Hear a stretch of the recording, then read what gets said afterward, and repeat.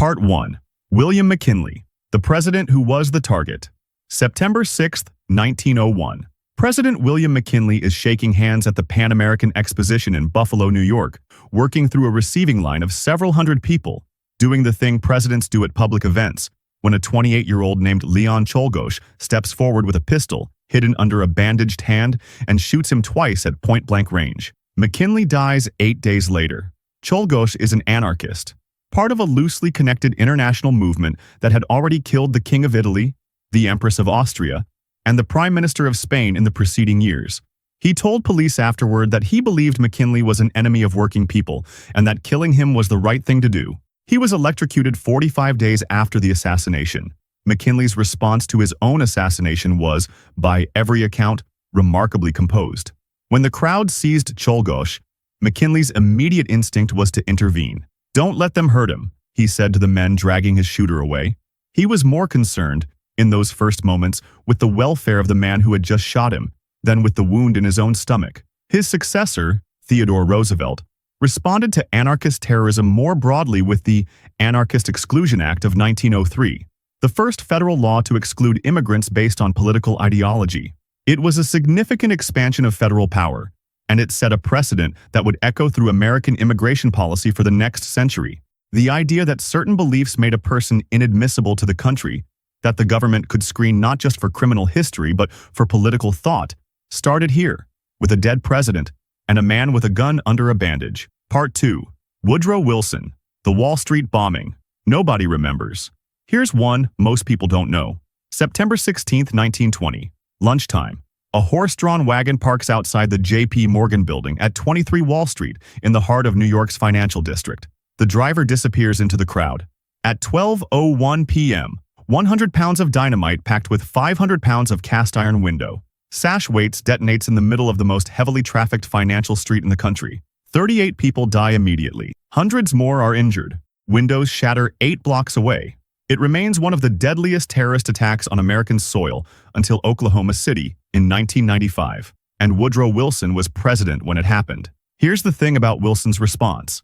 He was barely president at this point. He'd suffered a catastrophic stroke in October 1919 while barnstorming the country in support of the League of Nations, and by September 1920 he was partially paralyzed and functioning at a fraction of his former capacity. His wife Edith had been, in effect, managing the presidency for nearly a year, deciding which documents he saw, which visitors were admitted, which issues received his attention. It's one of the most extraordinary administrative situations in American executive history, and it was happening at exactly the moment the country suffered a major terrorist attack. The federal investigation, led by the Bureau of Investigation, the precursor to the FBI, never solved the case. The leading theory at the time pointed to Italian anarchist Mario Buda, who had reason to target Wall Street as a symbol of capitalist power. But Buda was never charged and died in Italy in 1963. The case remains officially unsolved. The pockmarks from the explosion are still visible on the exterior of 23 Wall Street today, a decision made deliberately, to leave the scars in the stone as a record of what happened. Wilson's administration had no serious terrorism policy to speak of. The response was investigative, not strategic. Nobody went to prison. Nobody was publicly held responsible. The country moved on, and within 8 months Warren Harding was president, and the Roaring Twenties had begun, and the bombing faded from public memory with a speed that is, in retrospect, startling. Part 3. Franklin Roosevelt. Saboteurs on the beach.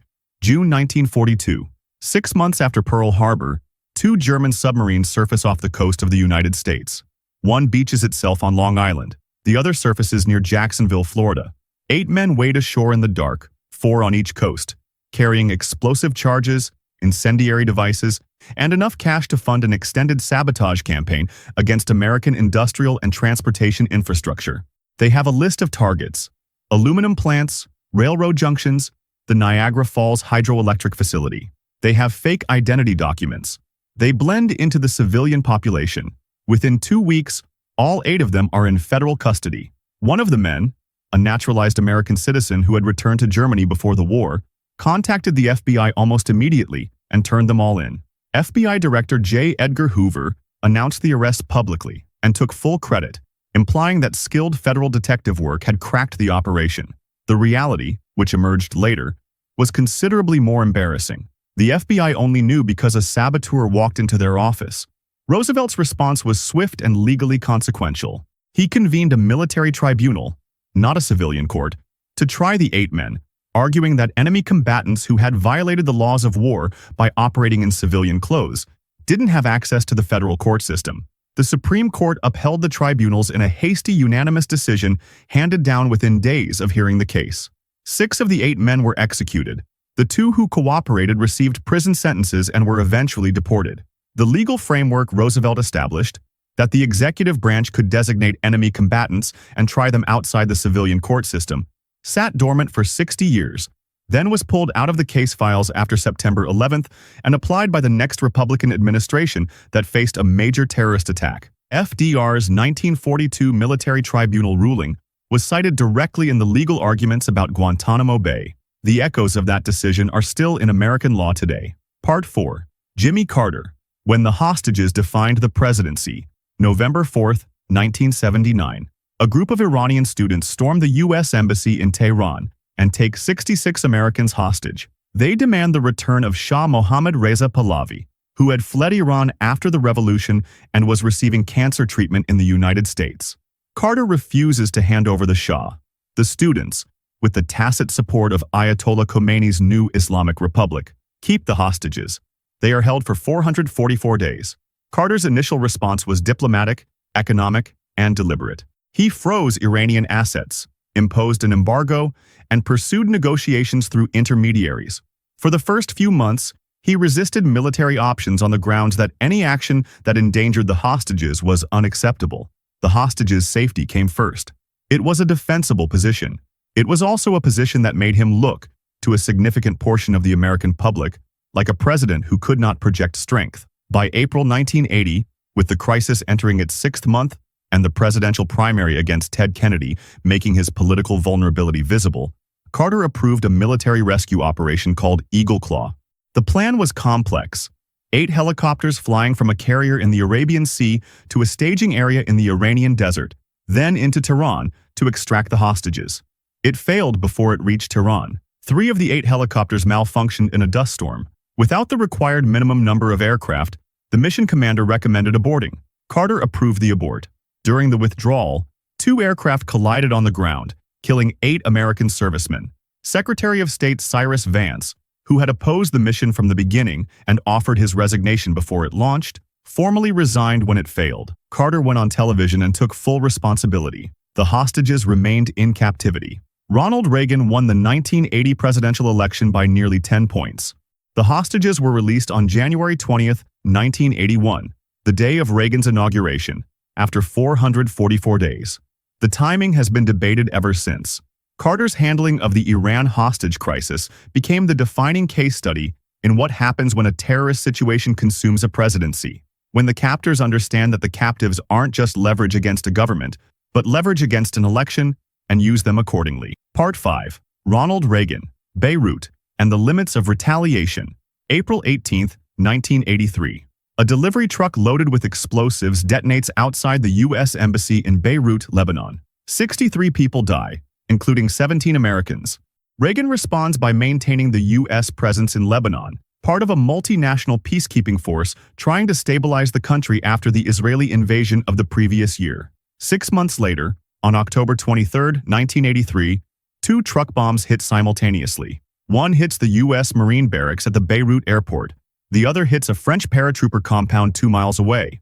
The Marine barracks bomb kills 241 American servicemen, the deadliest single-day loss of American military life since Iwo Jima.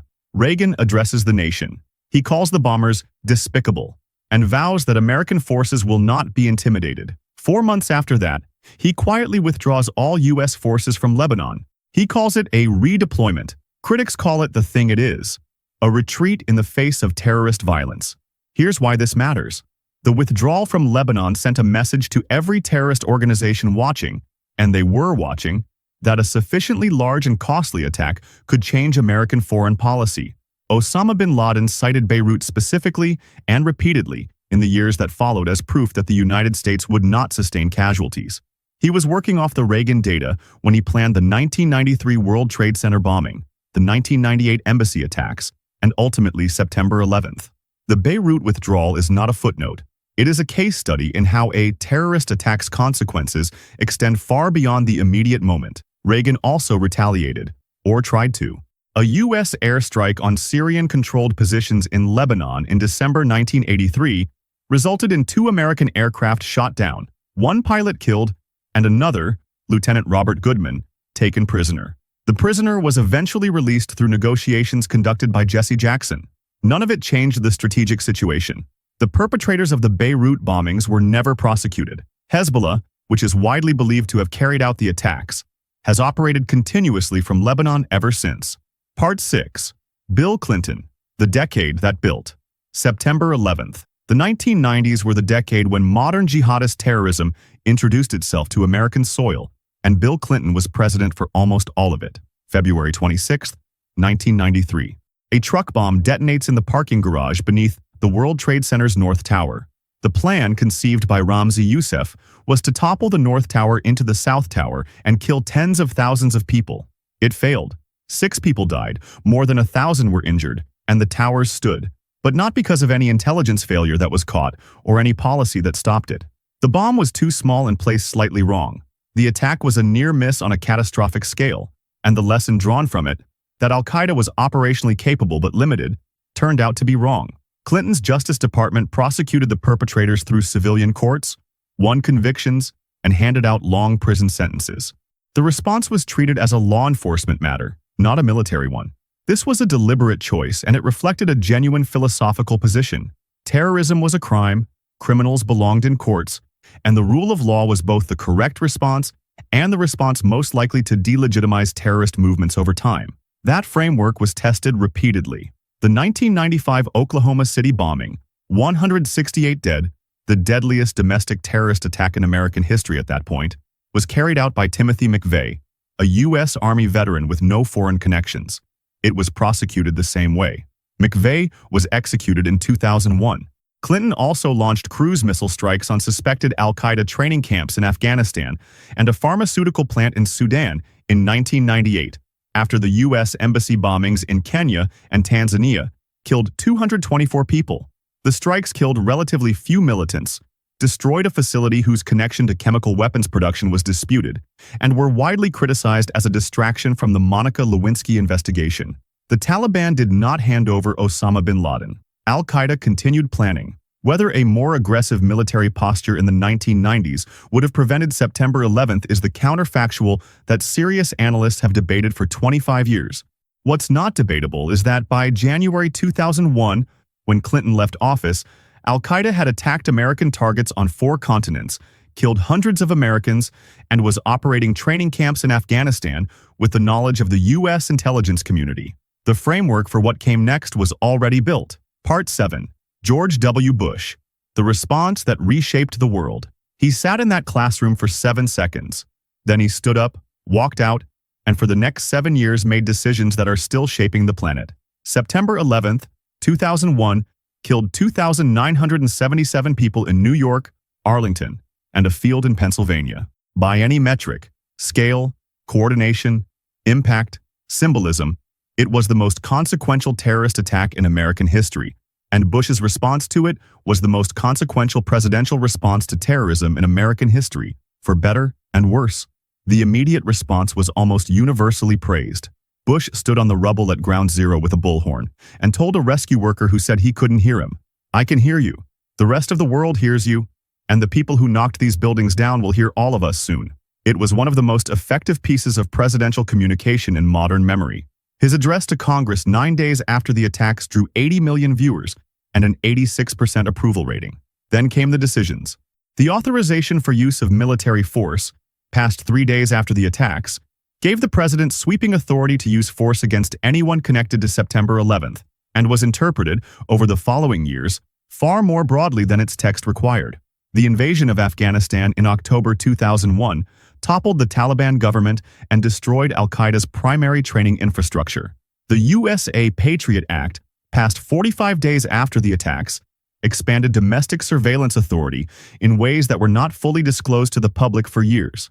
The Department of Homeland Security was created. The Transportation Security Administration was created. The intelligence community was restructured. the National Security Agency began a warrantless surveillance program whose legal basis was, to put it gently, contested.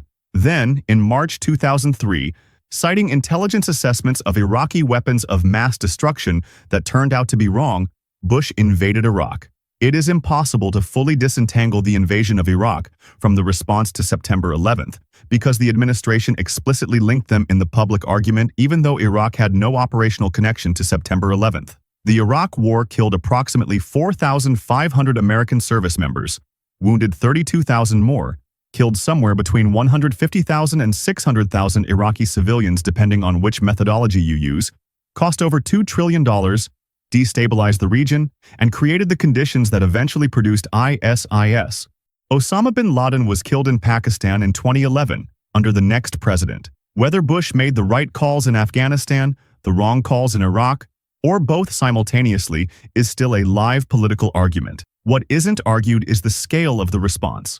No president in American history responded to a terrorist attack by reshaping the entire structure of the federal government, launching 2 wars, and fundamentally altering the legal relationship between the state and its citizens.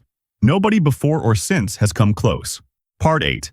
Barack Obama, the drone war and the kill list.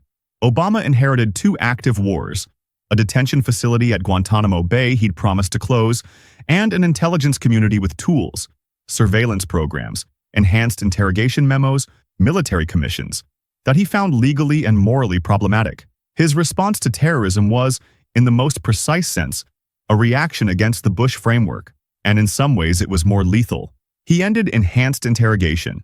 He ordered Guantanamo closed, and then found that Congress wouldn't fund the transfer of prisoners to U.S. soil, and that no good options existed for the genuinely dangerous detainees, and that closing Guantanamo was considerably harder than promising to close Guantanamo. It remains open. What he expanded was the drone program. Under Bush, there had been approximately 50 drone strikes in Pakistan and Yemen. Under Obama, there were over 500. The strikes targeted al-Qaeda and affiliated militants, disrupted planning, and killed a significant number of senior operatives. They also killed an unknown number of civilians. The administration's internal methodology for counting combatant deaths was later revealed to count any military-age male in a strike zone as a combatant unless proven otherwise, which is a counting methodology that says something about how the numbers were arrived at. On May 2, 2011, Obama authorized a special operations raid on a compound in Abbottabad, Pakistan, where CIA analysts believed Osama bin Laden was living. The analysts were right. Navy SEALs killed bin Laden, took DNA samples, retrieved hard drives, and were out of the compound in 38 minutes. It was the single most operationally successful counterterrorism action in American history. Obama announced it to the nation at 11:35 p.m. He had been in office 28 months.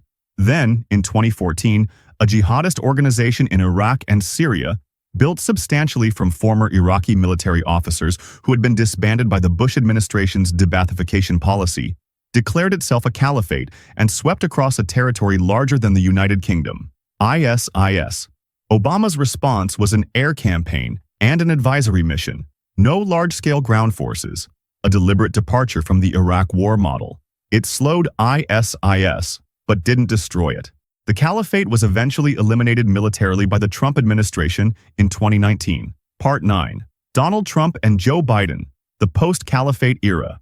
Trump's most significant counterterrorism action was the January 2020 drone strike that killed Qasem Soleimani, the commander of Iran's Quds Force, at Baghdad International Airport.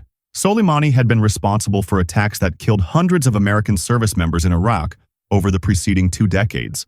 The strike was legal under existing AUMF authorities, strategically significant, and genuinely surprising. Even within the administration, the option had been included in briefing materials partly as a contrast to less aggressive options, and Trump selected it when previous administrations had not. Iran retaliated with ballistic missile strikes on U.S. bases in Iraq, injuring more than 100 American service members with traumatic brain injuries. No further escalation occurred. Biden's defining counterterrorism moment was the August 2021 withdrawal from Afghanistan, which ended 20 years of American military presence and saw the Taliban retake the country in 11 days. During the withdrawal, an ISIS-K suicide bomber killed 13 American service members and approximately 170 Afghan civilians at the Kabul airport. Biden called the withdrawal the right decision and acknowledged the chaos of its execution. 2 weeks later, a U.S. drone strike targeting ISIS-K operatives killed 10 Afghan civilians, including 7 children. The military initially defended the strike as legitimate, before a Pentagon investigation concluded it was a tragic mistake. Biden expressed condolences. No one was disciplined,